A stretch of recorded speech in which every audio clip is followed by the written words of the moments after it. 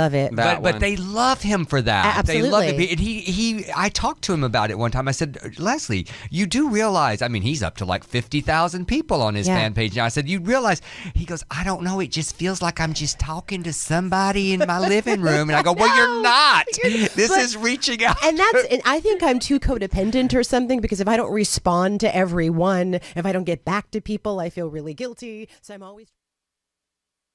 In the future, talk radio will actually educate, inspire, and make you think. The future is now. Topics and music that affect your life from Universal Broadcasting Network. Tune in at ubnradio.com. Now that you've found UBN Radio and discovered our quality talk shows, it's time to spread the word to friends, family, and the universe. 24 hours of music and talk radio without limits. That's why people keep coming back for more. That's ubnradio.com.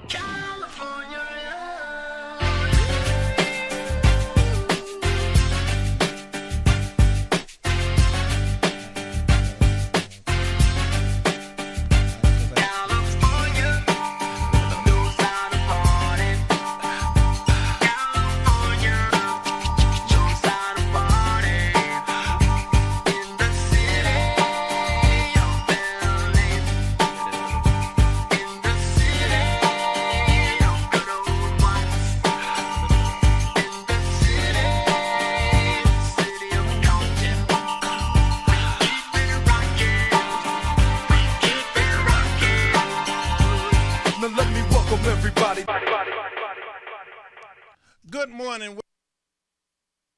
This is he. Give me applause over there. I like that little face. I like that little fake stuff. The engineers let me down. He was supposed to have the applause and all the feathers and stuff. All that stuff ready. I'm back. And I'm here to get on everybody's nerve. It's a whole new year. Boy, I got plans for this year. Because I figure out every Wednesday of last year, I was getting on enough people's nerves to get slapped every Wednesday. I like getting slapped on Wednesday. But Wednesday just wasn't enough because it was hump week. So I'm going to have to get them when they're fresh. Let them do it on Monday. When they're pissed off anyway. And strong. Yeah, strong. On the weekend. What about today? After the show. Anyway, so glad to be back with you guys. Thank you so much. This is the first year. This is the first show out in the first of this year, and a few little things happened that kind of held us up in getting started with this, but it's all good. I've gotten wonderful emails and text messages from everybody, and I just want to thank you guys for hanging in there with us and starting a new year. Tell all of your friends and relatives and Martians and alien, tell everybody about the show, because we actually got a lot of good stuff done this year, not because of something that I did, because we had some really good people on the show that made some differences, and I was just so proud to hear some of the differences that we made. Just to give you a little bit of update, we were able to help some of the Rwanda children, and we was able to raise money for Jane and the rehabilitating child soldiers, or children soldiers, I would say that. And then lots of good stuff happening. So I want to welcome back Miss Lisa. Yeah! I've been feeling abandoned. Ain't no question about it. So happy to be here. I'm emotionally wounded. You're looking great, girl. Thank you. It's new year. New year, new start, new beginnings. Hey, it's all about new beginnings. Love that hair. Exactly. Love that hair. Is she gorgeous or what? Golly, when she walked through the door, my heart jumped, man. I was like, golly. And just in case you didn't know, that was Mr. Ted Hayes on the. Ted, thanks for joining us this first year. Hey, I'm always honored to be with you, man. Yeah. Great people, great show, great audience. Well, a chance to see this wonderful woman. I told you you're gonna fall in love with her. She's absolutely wonderful. And I tell her all the time. I should be 70 years younger, man. Brilliant. Yeah. 7 or 70? 70. Oh, Lord.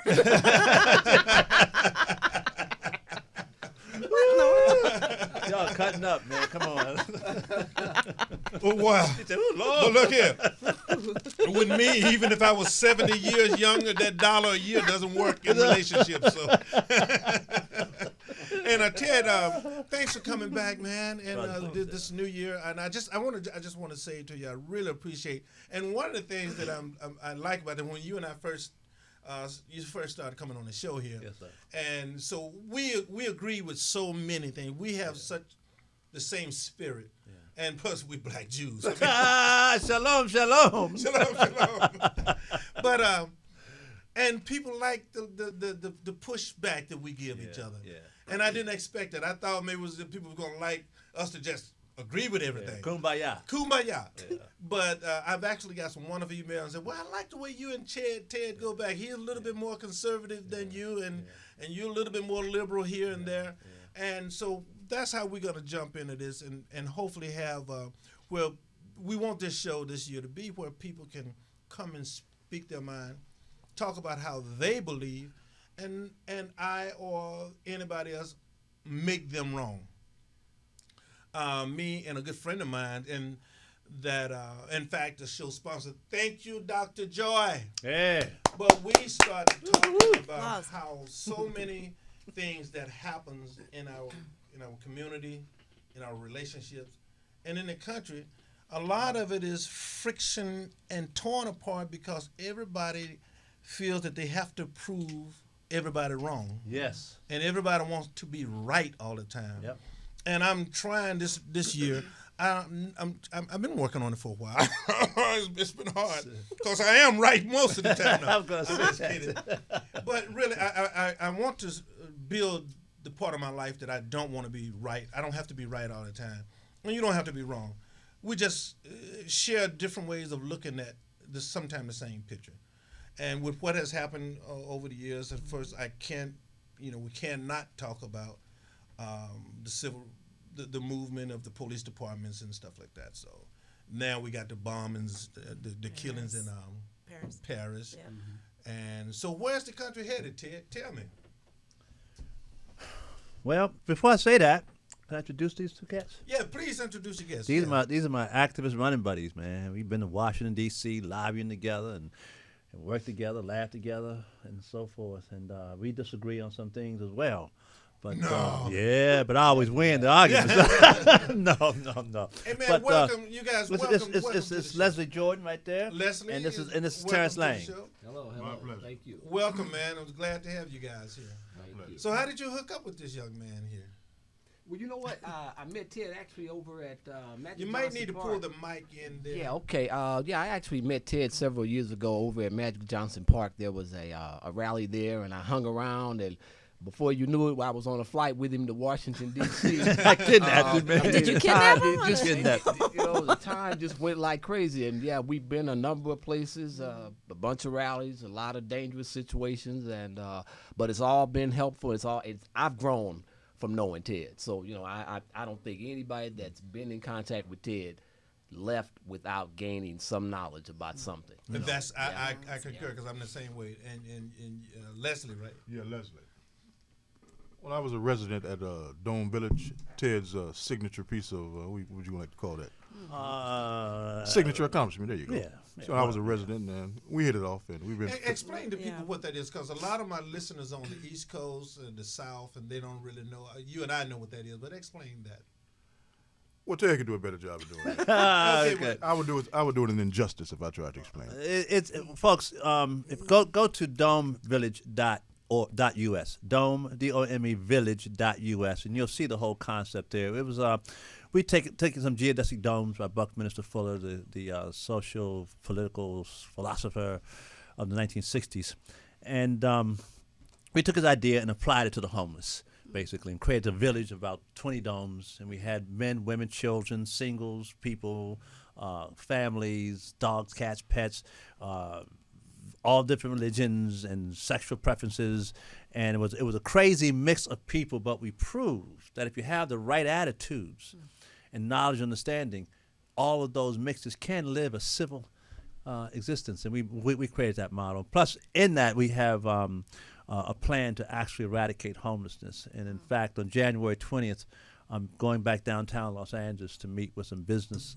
people down there who, after 30 years, when I first introduced this plan, now begin to realize that maybe that young man's up to something. It's time that we pay a little more attention to him. Is that where it is, downtown LA? Yeah, it was in downtown. The village was off the, was on the, going south of the 110 freeway, off on the west side of the freeway near UPS. We had the village there.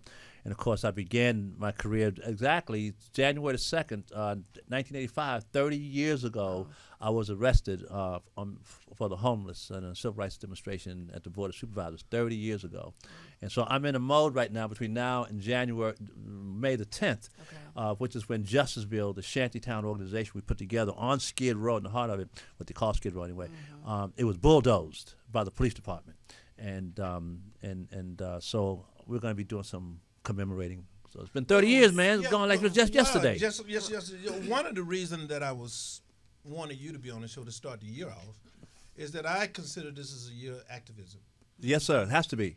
And this seems to be the year, and it seems to be the energy of the nation now. Yes, sir. And I think more and more of us are getting out, being activists in our own way, trying to reach out, making a difference in our own way. We don't always agree upon how to do it. But where do you see all of this going, Ted? I think it's coming to a wonderful conclusion. It's going to be a wonderful surprise. I think God is up to something very, very incredible, something that most of us were not looking for. It's just that he's got to, you got to bring a crop to its harvest, to its ripeness before you can harvest it. And I think all this darkness that's going on, this is all preparation for the light to be turned on. And you really can't see the light until the darkness comes. And according to the Hebrew scriptures that I looked for guidance, we've been on Larry as is, and folks know that we've talked about this, the Or Morgan David movement, the shining star movement, that it says there that indeed, behold, darkness shall cover the earth, and gross darkness the people, the mind of the people. Yes. But the light of the Lord shall rise upon you. Now let me ask you something. Now, so wonderful stuff is about to take place. Let's Opportunity. let's start with this. The shootings, Yes, the sir. police and the hands up, and Yeah. the Black Lives Matter. Right. And you were talking to me on the phone a little bit about that. You wanted to go into Yes, that. sir. So tell me a little about how you are tying that into. Well, for all this fuss, especially now that the white kids, the Occupy Wall Street young white people have taken over and co-opted the movement. And they doing exactly what their grandparents did in the 1960s when we were in the height of the civil rights movement. The Vietnam War jumped off because they did not want to go. They stole the show from us, from the media, from us, and then forced Dr. King and our movement to go saddle up with them and be a part of the communist-oriented anti-war movement. And we lost out. And now they're doing the same thing. Whatever happened on the streets between those police and those young black men, I wasn't there. Okay, as he said, she said. I wasn't there. But however, here comes these young white kids protesting now, holding up signs saying Black Lives Matter. But they don't know what they're talking about. Right. If Black Lives Matter, how come they're not marching about the thousands of young black men who are being killed, ironically, by young black men? Why aren't they marching against the conditions that brought about that situation where our young black men are behaving like a bunch of wild people? They're not talking about that, see? And that's what they need to talk about, if Black Lives Matter. If Black Lives Matter, how come they're not talking about what's going on downtown Los Angeles, the so-called sanctuary city capital of America, which is also the homeless capital of America, all right? And the 95%, folks, of the homeless people downtown Los Angeles, in that so-called Skid Row area, they call it Skid Row, which I call Central City East, 95% or more are black men. Yep. Black men. The second number is black women.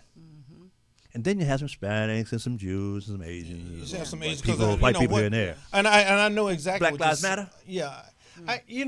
But here again, I'm going to be the devil's advocate now. Well, you're gonna get exorcised. I love it.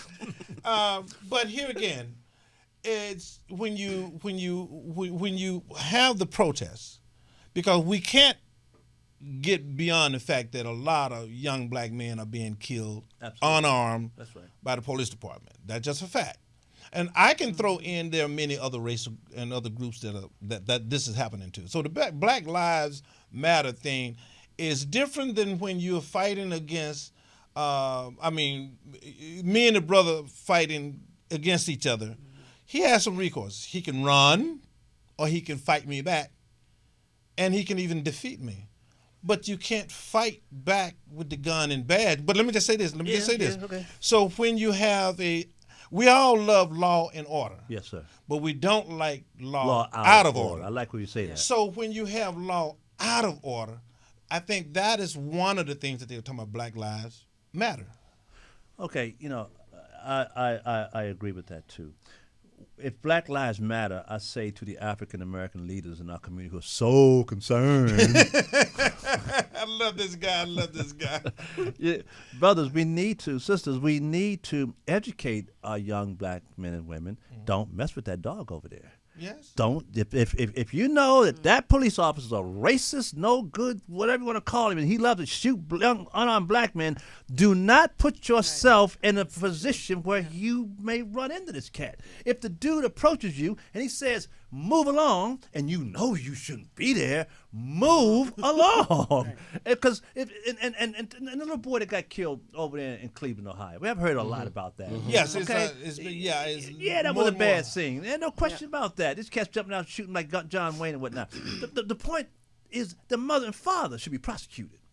Because if they knew that boy had that gun, look, that real gun, and no one just jumped off in Ferguson, boy, where you going with that gun?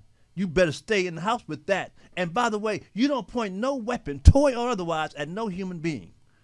This kid's out there. Well, let me interject in that because that indeed, of course I do. Indeed, that young man, it was careless perhaps to be playing with a toy gun in that manner. But the police officers had all the training that would have allowed that situation to be resolved with less than lethal force. He came in knowingly wanting to do harm to a young black child, and I think that police officer should be convicted very soon in a court of law. Because he was a kid. Absolutely, absolutely. So I get a little concerned when we start to try and find ways to, eliminate responsibility from the police department. Yeah, well, because we end up blaming the victim if we're not careful. I mean, indeed, and I think that's the danger of some of our direction in being responsible. But, for instance, what generation? And I'm not being funny. You guys tell me. I'm relatively young here. What generation that in America now that didn't play cowboys and Indian, that didn't have a cap gun, a pistol gun, a BB gun, or something? I played it. And so how is it that we now have law enforcement, trained officers that are so willing to kill? The white lady that shot at the police department in Hollywood about a week ago, they shot her in the leg. They shot her in the leg. On purpose or they just missed? No, they purposely shot her in the leg to wound her. And she has... That is against policy. I'm just saying it's against... it's against policy. Police policy says you shoot for the core of the body. She lives to sue them. Wow. She gonna live to sue them. Can I just say something right quick? When we were growing up, it was a different climate. And might I also say that if Michael Brown was acting like a fool in the neighborhood, you would have shot him too. Yep. You would have put a bullet I would have put a bullet in his head. Yeah. But Most people would have. But listen to what you're saying. I would have put a bullet in his head. I would have put a bullet in that man's head. But listen to what you're saying. You're saying acting. Now, these are your own words. Right. If he was acting foolish, you didn't say if he was committing a crime. You didn't say if he was harming anybody. You didn't say if he was physical against anybody. You just said acting a fool. Guess what? When I walk out of the door and I don't want a $2 lottery, I'm jumping up and acting like I'm a damn Michael fool. Brown, words, brother. You know what I mean by acting a fool. But Michael Brown was acting a fool, and he put his hands on that officer. He shouldn't have put his hands on that officer. Bottom line. I understand that, but the officer shot him how many times? Again, An sir. unarmed black Again, man. again, How many again, times did he again, shoot him? He again, shot him listen, in the listen. top of the head while he was on his knees. Again, I would have to go after his mother and father and the local leadership. We know that the cops are bad, right? We teach them that, right? So if you know something is bad, why do you Not mess the with cops. it? I'm Well, gonna let's- be on let's your get side to right it here. then. Not Well, the let's- cops. You had some. Not the cops. You have what I'm bad saying. apples. You know what I'm saying. Yeah, Let- but the thing about it, we have a listening audience. So I'm not being picky with the language, but we have people that is listening to us of all educational background and race and Yeah, color. clarify. I have to be very clear. So I'm not picking a word. So when I know that Ted doesn't mean all policemen are bad because he works with them, but you have some people that'll take that clip. Right. And throw And it they out certainly there will. They certainly and will. come back to bite him. Right. And this is my friend, and I know that that's not what he means. What I was referring to, this is what our young people are taught. Yes. And that's why I said that. That's what they're taught, and that's what we've got to. If that's what they're being taught, then teach them also stay out of the way of that. Okay, well let's get to the elephant in the room. The elephant in the room is the lack of opportunities for young black kids growing up in the inner city in a depressed state. These young men are desperate, and I have to say it, America is guilty because the opportunities are not there for our kids to be on a fair and even ground with their kids, which they do not want, which also perpetuates this whole thing of an upper class and a lower class. Until we deal with that, you are always going to have this sort of thing take place. Young men are out there thinking, you know what, I have absolutely no opportunities. Why does it matter? It doesn't matter. And that's why we have this dangerous situation. Unfortunately, Ted and I talk about this all the time. For my age group, it's too late. Yeah. But you give a 5-year-old black child the same opportunity as a 5-year-old white child across this nation, some of our kids are going to excel, some of their kids are going to excel. Right. But It'd be equal playing field. why do you keep the playing field Exactly. uneven? And see, and Now, this is- let me just ask you a question. I'm sorry. Please forgive me. What's your name again? that's Leslie. Let me ask you a question. You might have to move the mic over. Be prepared now. No. Because Les will speak his mind now. no, because He's a good brother, though. Don't misunderstand. but that's what I like. Ted. This I would hang with him for the good brother. look here. This is the kind of stuff that I want on the show. I don't want no wimps come up in here scared to talk. Yeah, spending this kind of money for time and ain't nobody. Everybody disagree. We all go home. Kumbaya. The hell with that. But anyway, no. I'm looking at your passion about some of the corruption and some of the things that you have seen black on black crime. So you don't let me put words in your mouth, but I feel that you're coming from a perspective of you're fed up with watching and seeing so much black on black crime. Am I I'm fed correct? up with ignorant black folks, period. Right, but we all see. Let me go back to the Bible thing. We have to remember something. The Bible, none of the religions say get rid of the fool. It said beware of him. See, the reason you got a good brakes in your car is to dodge the fool. The reason you got a horn on your car, pom, pom, pom, is to let that fool know that he's being a fool. Yeah, get out the the road. reason you got seat belts is for the fool, not for you, the good driver, but so we need the fool in a lot of To keep us ways. straight. Well, let me ask you this. How can you dodge the fool when the fool is in the White House? Oh. Well, now that's debatable though, but that's a good. No, it's not debatable. Now, and what? But Well, it may be debatable, but Barack Obama has done nothing for black folks. If Black Lives Matter. And you can credit Barack Obama, Eric Holder, the Congressional Black Caucus, for flaming the chords of racial, for flaming the what am I trying? Racial. You can blame Barack Obama and his crew for that. you can. The Teabaggers had played no part in that. I mean, Sarah Palin them didn't play no part in that. They were showing up at Sarah Palin didn't come to the hood one time and say, "Take this gun, black boy, sell that dope, and if somebody don't buy it, shoot that black man in the head." How did Sarah the Palin gun didn't do get? How did the gun get there? Don't make a difference, brother. Don't make a difference. But Go ahead. You're talking about the issue way out there instead of addressing it over here. If you bring in those same opportunities, you won't have an environment where black folks are in a desperate state. So if you with that argument, you are saying that blacks are genetically predisposed to violence and all of these other manners of ills that our society has. No, it's environment. It is not genetics. Yes. Be careful making that argument because that's the argument they make to say that, you know what, black folks are just born bad. And if if that's the case, then we're done for. We have got to stop blaming the victim. You got to start dealing with Absolutely. this thing that has been injected in our community. You talk about So drugs. once again, blame the white man. But Les, but once Les, again, let if a me- guy has an opportunity to a good job, he's not out selling drugs. Bill Gates ain't out robbing anybody because he don't have to. Neither is Oprah Winfrey. Once but again, she Les, doesn't have to, but Les. she's that fallacy of the dramatic instance. You cannot hold Oprah Winfrey up and say, well, why aren't all black folks in that position? Capitalism, I'm sorry, I don't want to, I have to say this. No, go ahead, please. Capitalism This is and free the reign. middle class will not absorb as many black folks as need help. It's just not there yet. I don't know how we get there, but right now it's not there, and that's But hold the on a issue. minute. But now, let me just say this. I so agree with a lot of what you're saying, and I agree with some of what you're saying. But I think here's the problem: if the guns first showed up in the African American community when Barack Obama came into the White House, I would agree with you. If crack showed up in the black community under Barack Obama, I would agree with you. If unemployment showed up for the first time in the black community because of Barack Obama, then I would agree with you. If black-on-black crime had started with Barack Obama, then I agree with you. But go back to Sherm, PCP, go back to the pills, all the Red Devils and stuff, all of that killing them. And let me tell you something else too. This is what we forget. I'm going to share something with you. I hate to say this, but coming out of my country, Mississippi. What's your country? My country, Mississippi. Your country. Now watch this. That's not a country. Oh, it's not? Your country. Oh my God. But watch this. But now watch this.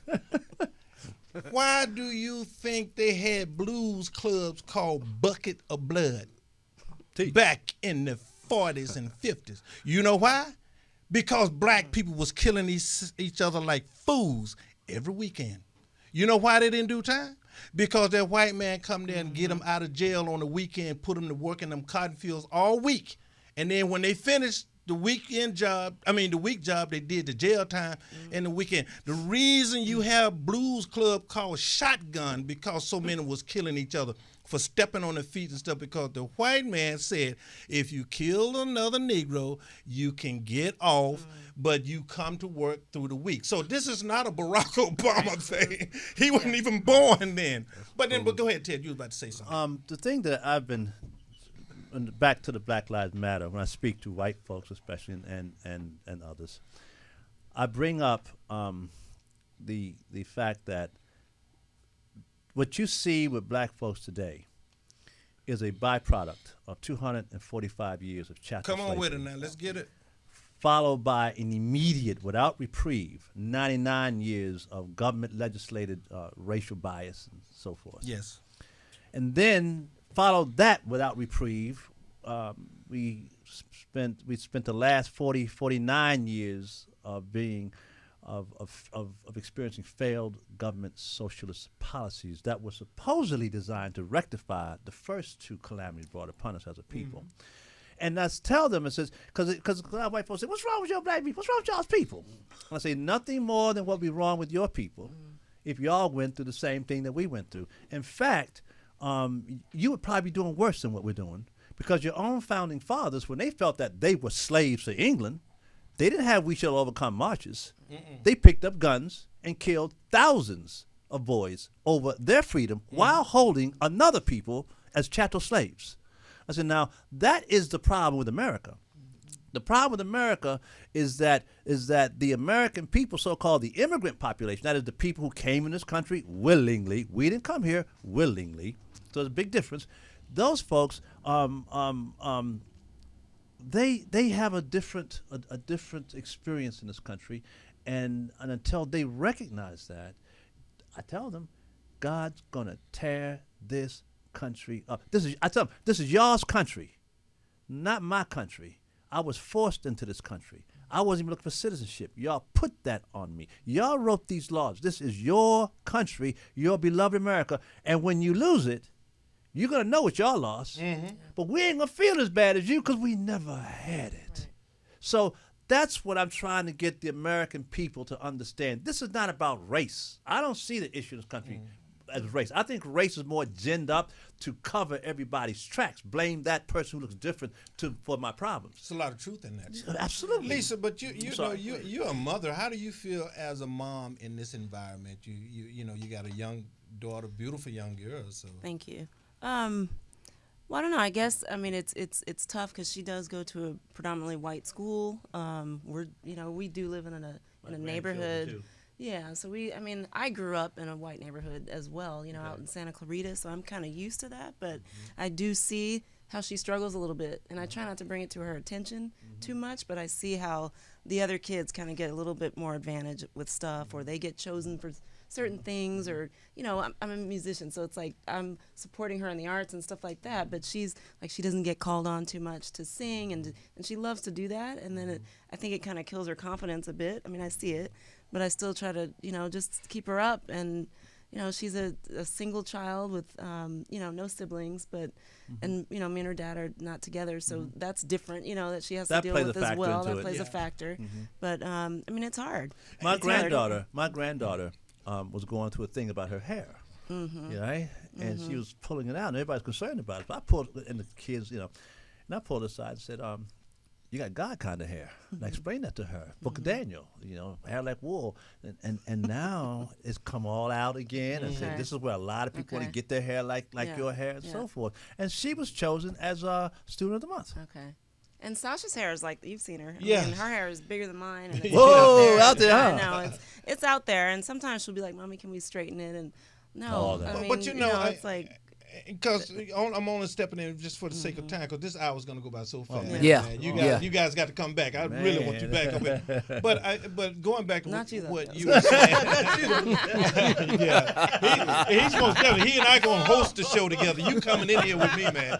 And because I love his passion. Yeah. Because you're passionate about it. But you want to hear how he got shot and who shot him. Okay, we'll do that later. I like. Where's black folks? Not that one. Oh, okay, but let me go say ahead. this. One of the things that you were saying where I differ a little bit, because I understand that a lot of this is about covering up for other people lack of growth and feeling. And one of the things that I find a problem in the black community is that we elevate that fool out there. Yes. And I'm not going to call their name, because what happens is, when we did have a little control over our community before this integration and all of those laws come in there, we did have some self-policing and stuff. Yes, sir. We never, ever would have looked up on national TV and saw a drug dealer a hero in the music industry, a drug dealer that have sold crack to and caused the death of so many people in our community. If we did, we'd be ashamed. And now he's a hero and got hundreds of millions of dollars. And women and all that. I'm not calling anybody's name. We all know who they are. Yeah. And so when we look at the damage that was done when self-policing was taken out, where we can, here's a football player that is spanking his kid because he know that if he doesn't spank his kid, the police department gonna beat him up with a bullet in his head. Right. But then white folks jump up and say, "Oh my God, you shouldn't never spank your kid." But then when we get home, we got to tell our kid, "Well, you can't act the same way in the grocery store as a little white kid act." So that double standard keep folding in, and going back to what you were saying a little bit about not blaming the victim kind of situation. I think one of the things that we must do, and I don't want to be pontificating because I want you to get, what we must do is elevate so many success stories in our community. We got to go and elevate the homeless. We got to go and elevate the kid that is falling through the crack. Mm-hmm. We have to focus in on that. But we are not the poorest group of people on the planet or in America. We are not. We don't have the largest number of poor people. I drive as a promoter. I'm so blessed that when I get to promote records, I go radio station throughout the country. And some of the radio stations are in little small towns, big cities, community, often cornfields and stuff. I get to go and see the trailer parks. I get to see the methamphetamine heads that's hanging out at bus stops and truck stops around the nation. I get to see little towns have completely closed up and shut their doors because Walmart come in and took out all the businesses and stuff. So a lot of the white kids are suffering in these communities now with no jobs, and then their daddies are telling them that the Negro has taken your position in your job because daddy is a failure now, because at once upon a time daddy could make it happen just on his race alone. Yeah. But now the playing field's on that, which I agree with you, it's leveling out now. You got to get out there and bust your butt for it now. You can't get it because you're white. That's right. You know, and I think that's a lot of the cover up that is happening out there. You was about to say Well, something. I would, I guess I want to introduce some government stat with regards to the wealth of families. White families are worth in a year $114,000. Blacks $11,000, and Hispanics $50,000. So blacks continue to occupy the lowest levels of our economy. I mean, I don't think anybody can debate that. But with regards to globalization, yeah, we've been hurt by it, which brings me to the reason why I got together with these guys, which was around the issue of illegal immigration, which has been devastating to the black communities, because those little jobs that we did hold are now gone, and nobody can deny that. And this is where I get upset with the Democratic Party about this. The only thing I'm going to throw in there, I want you to hold your thought. Please. The only thing I'm going to throw in there, when you talk about blacks versus white, you're talking about a few 100 million versus 50 million. So they do the proportionate number is not there. Well, but so the they do averages now you're starting to work with the numbers. But when you go across the country, our ghettos is this big compared to. When you get trailer parks, that is miles and miles with trailer parks. And so that go, but I just want to go back with your number. Yeah, well, just the numbers of it all says that, and when we occupy 98% of us, talking about black Americans, that lower rung of society, it becomes really, really depressing, which is why I wanted to get into this whole thing of giving our 5-year-olds the same opportunity as a white 5-year-old. Let's see, and let them go for it. Let's see who's willing to work hard to make it happen, because there's a chance that some of our kids that are being wasted away in the inner city, they may hold the cure to cancer or some other great challenge that this country has. And you cannot continue to waste all these minds that continue to be wasted. But here again, when you have a group of people that has to be, by definition, twice as good as anybody else. So you're gonna have we took over the sports realm back in my hood. Yes, we in our black neighborhood, we compete against each other. When they integrated schools, we went to white schools, we beat them in track and field, basketball, because we had to be really good. Now let me give you a disproportionate number that I use for my own, and correct me if I'm wrong. This is why I say we're not focusing enough on our success. The Chinese here in America can raise a Chinese flag, and China would back them in banking and housing. That's right. Mexico. That's right. They send money home. They buy land because they have a country to send money home to. Right. The Koreans is the same thing. That's the right. European, Every Poland's and immigrant group Russia's, has that. Germany. We're the only one that don't have a can't do it. flag Teach, and have brother. a country. So when you look at all of those people ran from their oppressor Yes. to here. Yes. We didn't run. No, we had nobody. That's right. And we're still here. That's and right. we're in the recorded history, we're the only group of people that have been enslaved for 400 years and raised up in the belly of its oppressor. That's right. We're way ahead of the game. That's right. And if it wasn't, and if it wasn't for that experience, the immigrants could not have this Could not blessed have God bless it. America. Yeah. And this is where the immigrants need to. And immigrants, please don't misunderstand me. I'm not mad at y'all, but I want you to understand something though, that you need to be a little bit more mindful of who we are, and whose backs y'all actually are standing on. And I'm not blaming you for not knowing, because our own government should be educating y'all before you come in this country who we are. In fact, I'm proposing to the President of the United States before he gets out of office, if anybody can do it, he can do this, that there be... Oh, see, there you go. No, I know he loves our president. Yeah, him and Barack talk all the time, man. This is where I agree with Les with regards to the Democratic Party. Hugely disappointed, and the things that they have done to betray black Americans, it's absolutely devastating in my sense. Well, because a lot of what a lot of people don't realize, a lot of the Democrats that they are not Democrats. These are blue dogs that ran on the Democratic ticket because they know they couldn't have gotten there by exposing themselves for who they really were, hardcore whatever, right wings or whatever. But and so we're not. Let me just say this: it does not matter now. For a while, this is bought and paid for. Whatever president is sitting in there, he's bought and paid for. That's true. But let me say, I'm sorry, go ahead. Start with about this particular president. That what we're proposing to him is one of the things he could do. What we would like to do is develop a curriculum that is sent to every American embassy around the world.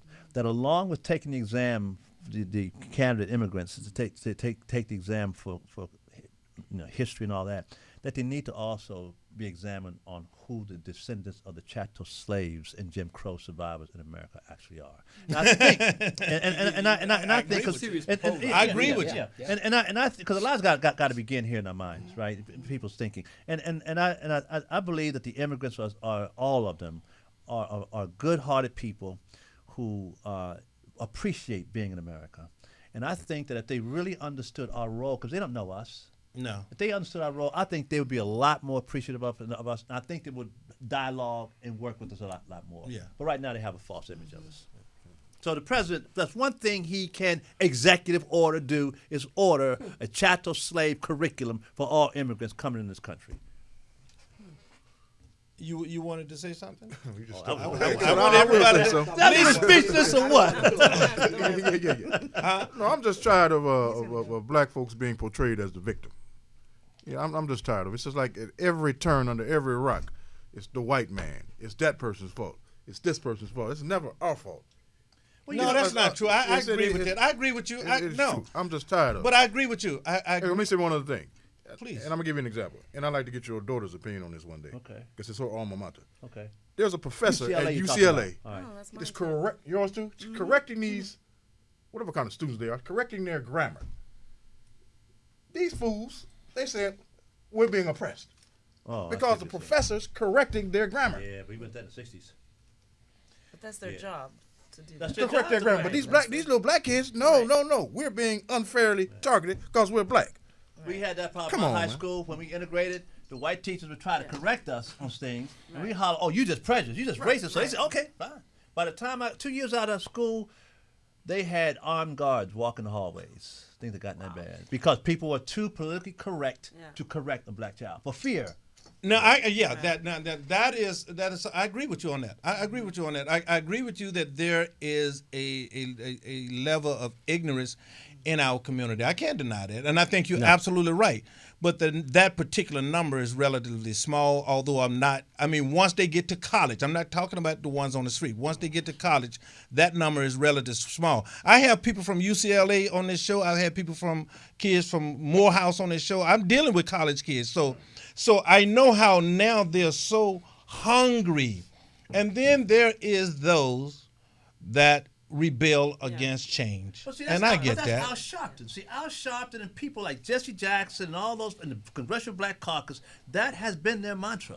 That is the attitude that they have put Explain out there. that mantra. That mantra is that whatever is wrong with black folks, it's the white man's fault, period. For example, they have gotten into the white folks' head and everybody else's head that the white man went to Africa, invaded the continent, ripped us out of the continent, put us on slave ships, and brought us over here. That is not the truth. And even what's that guy's name? Well, Ted, what is the truth if that's not the truth? The truth is the white man bought slaves. Yes. He didn't make slaves. He bought the product. The product was made on the continent by the Muslims and the black or the African merchants themselves. The only difference is, Ted, and that's what we got to look at first here. Ted, the only difference is, I get where you're going with this. Yes, sir. There were kings and All of rulers them was that involved. sold black people And they went into to war with slavery. each other. And it wasn't about being black either. No, It was like we no. hated each other because of our different ethnicities. Yeah, on but the continent. Like hear me Europeans out. hate each other. But hear me out.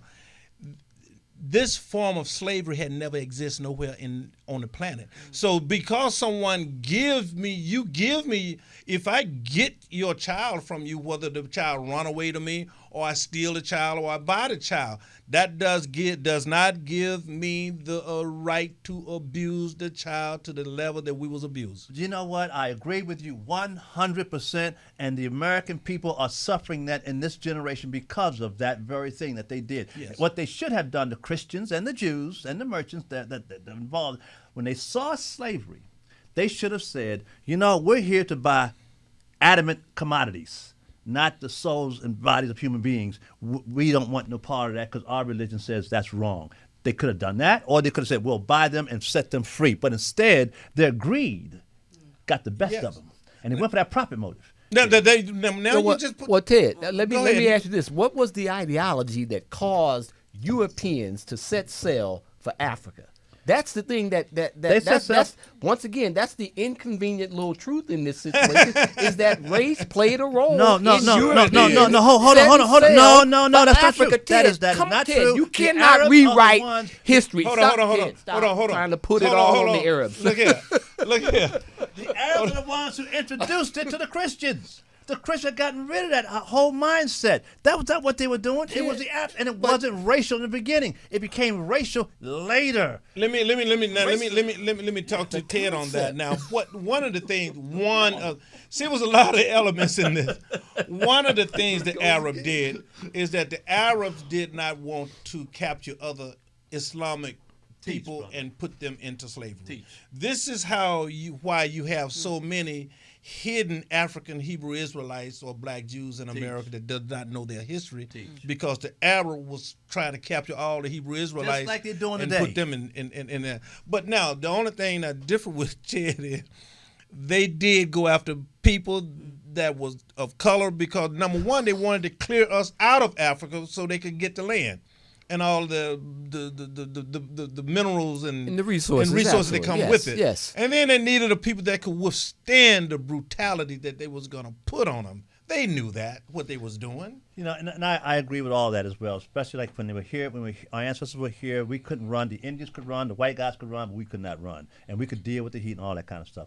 But I think I said this once before, and I say this to white folks who call themselves Judaic Christians, and we talk about this, and I say, look, look, when Jesus was turned over to Pilate, he said to Pilate, you know, you can't touch me, because only my Father can arrange this. And he said, in fact, he that turned me over to you has the greatest sin. Now, when you look at what the Pharisees, the Jewish leaders did to Jesus, beat him up, they spit on him, called him names, okay, roughed him up a bit. But the Roughed him up a bit. roughed him up a little bit. But the white boys from Italy, they beat him. They whipped him. They ripped the beard out of his face, put thorns on his head, nailed him to the cross. But yet, Jesus said to Pilate, the cats who turned me over is the ones. We've talked before that if you're responsible and you're home at nighttime, your wife and children, to lock the door, and you know the neighborhood is out there, but you don't lock that door for whatever reason, you got drunk, you don't care, you to bed that night, and some dude came in and wrecked mayhem in your home, we will get the bad guy eventually, we'll be mad at him, but who will your wife be more angry with? You. No, your crime wasn't, you didn't do the mayhem, but you let the door open for the mayhem. And that is the problem we as a people refuse to acknowledge. This is why we kill each other, because we are in denial about our role in slavery. No, I understand that, but that's a long. We can go out and on. We got to do another show on that. Yeah, one. I believe so. Because I want you guys to be back on that. Yeah. We're gonna do one specifically on that. But let's go back to where we are today. If Black Lives Matter, and how are we going to address with the police brutality out here? How are we going to address Doc Holliday out here? My way of addressing it is what I've been saying all along. We need to start teaching our young men and women what the facts of life in this world is about. But that does not stop a man with a badge that's we have to deal with that too. Yeah, we have to deal. How do we like deal I said, with we that? will get the dog too. Now, let me tell you. Now, because of Ted, I have gone and sit down with and I want to appreciate you for that. I want to say that on air, that one of the reasons that motivated me to go and sit down and talk with different officers and stuff was because of your leadership over the years and what you have meant to me. And what has dawned on me, I don't know this. I just think that if we can get more and more of our young African American young men to start to go by the police stations and just say hello to the police that's in their community, to walk up into the police department and ask them to meet with them, shake hands, thank them for the good work that they do, to get to know the policemen that is policing their community. So therefore, there's an opportunity for us now. I think the marching plays its part. The guy that throws the Molotov cocktail and burn down the building, I'm not saying do that. I will not say do that, but that's the only reason we got some reporters to join the LA Times. So everybody play their part. But I think now that, and what has dawned upon me is that I think if our young men just do something as simple as dressing up nice, cleaning up, walking into the police department, going to sit down and having coffee with them, and just getting to know the policeman that is policing your neighborhood. Or even just say to officers, I see this all the time, hello, officer, nice to see you. Thank you for your service, man. And they go, yeah, thank you. It mellows them out. And also being in the industry, we need to also get these brothers and these cats in Hollywood to stop producing films There we go. and music and videos that Yes. portray all of us There we go. as thugs. Well, just real quickly, and I hate to break this to you guys, but ideally in a perfect world that would be great, but it ain't gonna happen. What's that? Explain what you mean by that. Our young men dressing up real nice and going, hey, officer, I'd like to sit down and have a cup of coffee with you. That ain't gonna happen. Yes, it will. Yes, it if you is. teach No, them, it- if you begin to teach I them. don't give a damn if you have classes 5 times on Sunday and 10 times on Saturday. It ain't gonna happen. Let me tell you why I You know why? You know why it's not gonna happen? Because that rap culture. No. I understand what you're That saying, but rap I got culture because of time. I'm preaches gonna have to other- cut you off. Well, that rap culture preaches otherwise. No, because of time, I'm gonna have to cut you off. This is what you're saying is not true. One of the reasons that my son and the reason my daughter is with the Long Beach Police Department now, because I took them to the police department to play basketball, plays football with those outreach programs at the Long Beach Police Department and I had my son to do the same thing. Now he has had a little problem as an African American male walking. And a strange policeman see him, so I've taught him how to deal with that. Right. But no. I have seen young men, and my daughter is Long Beach Police Department because of that. Right. So it can work. Is it a utopia world? Is everything perfect? I'm saying using all of the resources out there. If protesting is one, if boycotting is one, but then walk up and get to know the policeman that is policing your community. At least. And the reason it was so late for me to do it in California, I grew up, my father was an auxiliary police, my uncle was a policeman, my brother's been on sheriff department for 17 years. My nephew, which is his son, is a field supervisor for the police department. So I know that some of this does work. Right. Going to those camps. But you can't have this thug walk around here Being the and he's example. the hero and he's the that's example. the problem. And I agree with that part. I really do agree with that. I appreciate you bringing that up. And if the president would, I'm sorry. We're done. One of we got a few more minutes here, so I was just going to say that if leading figures in the country, like our African American president and Mr. Sharpton, who is now the new Martin Luther King for our age, and all of these, prominent people in the media and actors would start talking this way, just like what you're saying right there, Larry. If boy would do what you're saying, yeah, young people will listen to that because that's hip, because they said it's hip. And I believe young people do want to know. I don't care what color or race, ethnicity you are. Well, they want to know. But we got to teach them. You're the one that got me on this path. So just the fact that you got me on this path mean that it's working. It's working, huh? I've gotten phone calls that I never thought I would get phone calls from police departments that's over right. the last few days that's calling me. And Larry went into the police department. I went to the police scared department. the daylights. He walked in the police department. He's big brother, right? Walked police department. They got the guns. Look at no, I'm just messing No, with but you. no. But no, he walked in the police department and he said, I'm sorry, I'm stealing those. No, go ahead, please. And he went in there and he said, fellas, I just want to appreciate your work in the community. I'm sorry about these guys getting killed, the whole thing. Man, those guys got up from behind the desk, Les, and walked around and hugged physically him. embraced me and didn't do this while they was embracing me. That's right. And I could have been there with some clearly foolishness on my mind. That's right. But because I talked to them on a human And an attitude, right? basis, That's right. is it gonna win all of them? No. Some of them You are. gotta start somewhere. You got there. You go. You got somewhere. to start somewhere. Exactly. Let me ask a question, though. With regards to the different generations, we're talking about the young people. I mean, because, if what Les says is right, I mean, 30-year-olds are probably not going to be in the mindset to go in and make nice with the police. That's probably not going to happen. But if you get a hold of the 5- and 6-year-olds and start to change the dynamic, because Ted will get after me for this. I think it's too late for our generation. Be quite frank with you, I think it's too late. I don't. So I don't. we better Absolutely get not. a hold of these youngsters. Absolutely not. Because Well, our group is I got Talking to. about like teenagers, or you're talking about young? With the time, I think the teenagers is too late. Actually, I'm so sorry. No. Nah, I disagree, It's not too man. late for me. He Nah. just changed me. I keep telling you how he changed me. Let me just say this. 'Cause But the you ain't no time is- thug though, Larry. No, huh? Larry. You ain't no he thug had though. something to work with you. Do not investigate me, please. Don't pay him no attention when he said I was. Let me write that down. Oh, But but look here. Let me just say this. No, we can still be leaders.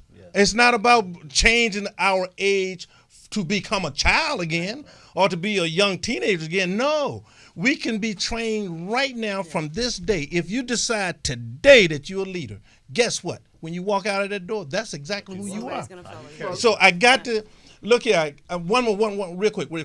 No, go please, go ahead. No, I'm because of the time. Go ahead. I understand. Oh no, I just wanted to say that with regards to that, once again, the 18, 19-year-olds, they've been crushed down. Their psyches are damaged, just like it happened to most black men in this country. And when you start to say, you know what, go and make nice with what you see as your oppressor, it's a tough sell. I mean, I applaud anybody that can pull it off, but I don't see it happening. No, let me. But you're entitled to that. I'm not making you wrong. Right. Understand. You're entitled to that. I just think you're underestimating the power of God and growth. There you go, right there. No matter where you are, no matter what stage of life you're in, there's always room to grow. And as long as the passion and the need is within you, the individual, you will grow. And if you just look at one simple thing, I'm not making it right or wrong. I know many pimps and thugs and hustlers and drug dealers that now have families. I know many of them that are now preachers. I'm not saying I like the preacher. Many of them became preachers. Put down the drugs and start peddling the word. So we have pain merchants. Look at our pain merchants. Look at the background of some of these, I'm not calling their names, that's out there. Many of them are pain merchants, but guess what? Many of them come from being drug dealers and killers and all of this kind of stuff. So I've worked in the rap industry, and I have worked and seen many of them. I've worked with them. With the Crips and Bloods when they first came together. That was me in the middle of that for the Phil Donahue show. Wow. When they filmed it at Leon Haywood, I'm the one stood between the Crips and Bloods and said, y'all come there and do that, put your guns here, put your gun there. That was me physically. Wow. So I know a lot of these guys. I had a rapper named Suicide that had 70 people in his group. That he was so bad that even the other thugs would come tell us, you need to calm him down. Got a family now. So we can't not say they won't change. Yes, but now I'm going to have to end this show with Carolyn. Mother passed away. Carolyn is the nuts and bolts of the show. Carolyn, you know how we love you and the family, how much I love you and the family. And is Miss Vicky picture up there now? This is Victoria Sumrell, and she was 93. And that's Carolyn's mom, and I call her mom because I met her, and she was just such a wonderful spirit to get to know. And I just want to say to you, Carolyn, and the family, Michelle, and all of the rest of the guys, Julian, and if I forget your names right away, I'm on air, and if I had emotions, I'd be kind of bubbling up right now because Vicky meant a lot to me, and she was a matriarch, a very strong black woman. A woman that knew how to make her own decision. And it's the kind of thing that we are talking about now, having these strong black men and these strong black women in our communities. And the greatest blessing of all, that we are now those older black men. We are those stronger black men, we and women. We are those black leaders and stuff, standing on the shoulders of a Vicky Sumrell. I just bless it, and your yes, bless you, Vicky. Carolyn and the rest because she made such a beautiful transition. She called her day a transition. And that is a beautiful thing. So be sweet, Vicky. Love you, girl. Carolyn, you guys be peaceful. Tomorrow is going to be a great day of celebration, not a funeral. There you go. And I would talk to you later. But before we go, I'm going to give everybody a chance to say a little goodbye thing, and I want you to head out, finish with what you was about to say. Well, this is a goodbye, words of wisdom to what we do, words of wisdom to the listeners in the community. Well, just to echo what I said earlier, I just think that the greatest emphasis should be placed on the young people, and by the young people, I mean the 5 and 6 year olds. And if we can succeed at making their path a little better, then we've done something. Yes. Well, all I like to say is people won't start looking at us differently until we change. Yes, sir. As long as we're acting foolish, and people won't look at us like absolutely, such. Absolutely right. And you're absolutely right on that. And I would say that if that age generation is what you're passionate about, then go do it, because that's your calling. Ted, I generally give Lisa, why don't you give us the words of wisdom? Well, thank you for having me here today. It's always a pleasure, and I love how you uplift women. You continually do that and encourage me to change as well, and I appreciate that. And I guess my words of wisdom would just be to keep uplifting your children, and no matter how old they are, just keep pushing forward, because it's going to be all right.